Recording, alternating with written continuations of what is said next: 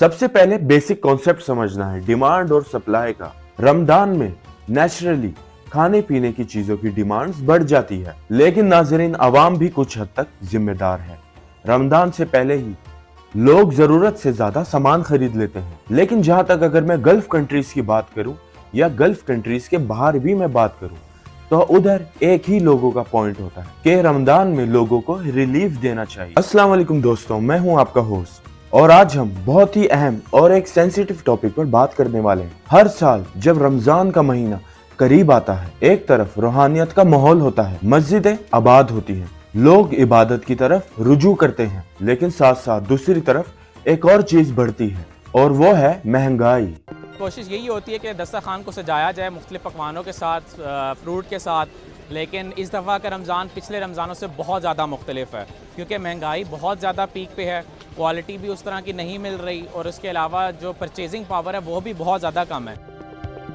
जी हाँ दोस्तों, पाकिस्तान में रमजान शुरू होते ही रोजमर्रा की चीजों की प्राइसेस आसमान छूने लगती हैं। आटा महंगा, चीनी महंगी, फल महंगे और सब्जियां महंगी, चिकन और गोश्त भी महंगा हो जाता है। लेकिन दोस्तों एक सवाल यहाँ पर पैदा होता है कि क्या सिर्फ डिमांड बढ़ने की वजह से प्राइसेस बढ़ती हैं? तो फिर दोस्तों अगर डिमांड ही वजह है तो फिर United Arab Emirates, Qatar, Saudi Arabia जैसे मुल्कों में रमजान के महीने में डिस्काउंट्स और स्पेशल ऑफर्स क्यों मिलती हैं?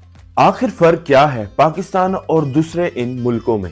आज हम इसी टॉपिक को डिटेल में एनालिसिस करेंगे, तो आखिर तक मेरे साथ रहिएगा। सबसे पहले बेसिक कॉन्सेप्ट समझना है डिमांड और सप्लाई का। रमजान में नेचुरली खाने पीने की चीजों की डिमांड्स बढ़ जाती है। इफ्तार और सहरी के लिए लोग ज्यादा वैरायटीज खरीदते हैं। पाकिस्तान में खास तौर पर इन चीजों की डिमांड तो बहुत बढ़ती है, जैसे खजूर, फल, सब्जियां, चिकन, गोश्त, बेसन और पकोड़े की चीजें, शरबत और खास तौर पर चीनी और आटा तो बढ़ता ही है। दोस्तों ये सब नॉर्मल है, जब डिमांड बढ़ती है तो प्राइसेस पर प्रेशर जरूर आएगा। दोस्तों जब मार्केट में सप्लाई कम होती है तो आर्टिफिशियल शॉर्टेज क्रिएट होती है और फिर वही चीज ज्यादा प्राइस पर बेची जाती है। नाज़रीन पाकिस्तान में प्राइस कंट्रोल कमेटी मौजूद है, लेकिन ग्राउंड रियलिटी में उनका असर बहुत कम नजर आता है। मार्केट मॉनिटरिंग स्ट्रांग नहीं होती, फाइन्स कम लगते हैं या तो इम्प्लीमेंट ही नहीं होते। किसान से सामान सस्ता खरीदकर बीच में कई हाथों से गुजरता हुआ प्रोडक्ट कंज्यूमर तक महंगा पहुंचता है। हर लेवल पर प्रॉफिट ऐड होता रहता है, लेकिन नाज़रीन अवाम भी कुछ हद तक जिम्मेदार है।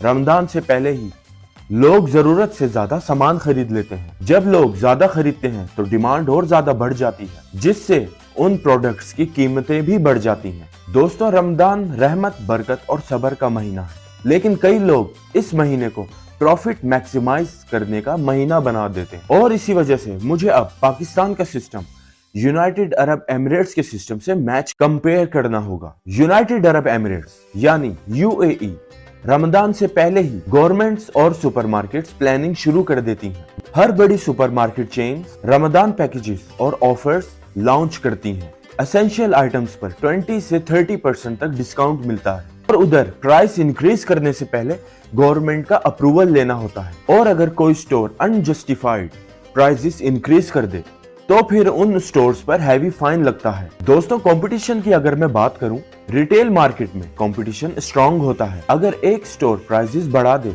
तो कस्टमर दूसरे स्टोर चला जाता है। कंपनीज रमजान को एक सोशल रिस्पॉन्सिबिलिटी समझती हैं। वो सोचती हैं कि इस महीने लोगों को रिलीफ दिया जाए। दोस्तों सिर्फ यूनाइटेड अरब एमिरेट्स ही नहीं, सऊदी अरब और कतर में भी रमजान के दौरान प्राइस कंट्रोल स्ट्रांग होता है। गवर्नमेंट्स एसेंशियल आइटम्स पर प्राइस कैप लगा देती हैं और उधर बल्क इंपोर्ट किया जाता है ताकि सप्लाई ज्यादा हो। नाज़रीन बाहर के मुल्कों में रमजान बास्केट्स तैयार की जाती हैं, जिसमें आटा, चीनी, चावल, ऑयल वगैरह डिस्काउंटेड रेट्स पर मिलते हैं।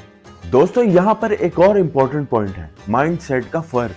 पाकिस्तान में अक्सर लोग कहते हैं रमजान में बिक्री ज्यादा होती है तो इस वजह से मुनाफा भी ज्यादा होना चाहिए।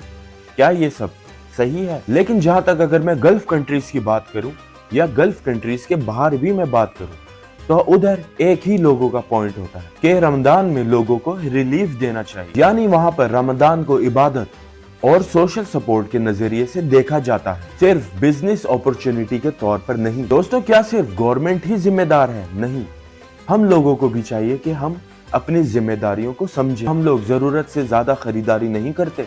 क्या हम महंगी चीजें खरीद कर भी कंप्लेन नहीं करते? क्या हम ब्लैक मार्केटिंग को इनडायरेक्टली सपोर्ट नहीं करते? अगर कंज्यूमर बायकॉट करे महंगी चीजें खरीदने से, तो सेलर मजबूर होगा प्राइस कम करने पर।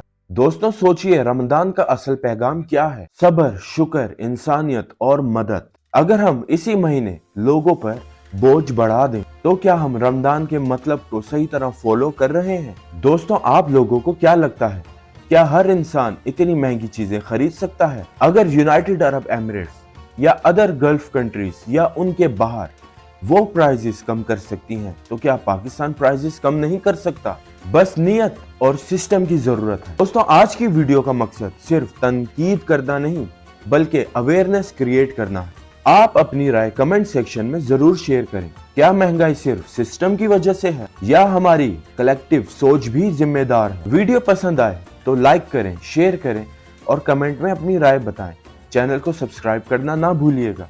अल्लाह हमको रमजान की असल रूह समझने की तौफीक अदा फरमाए और उस पर अमल करने की तौफीक अदा फरमाए।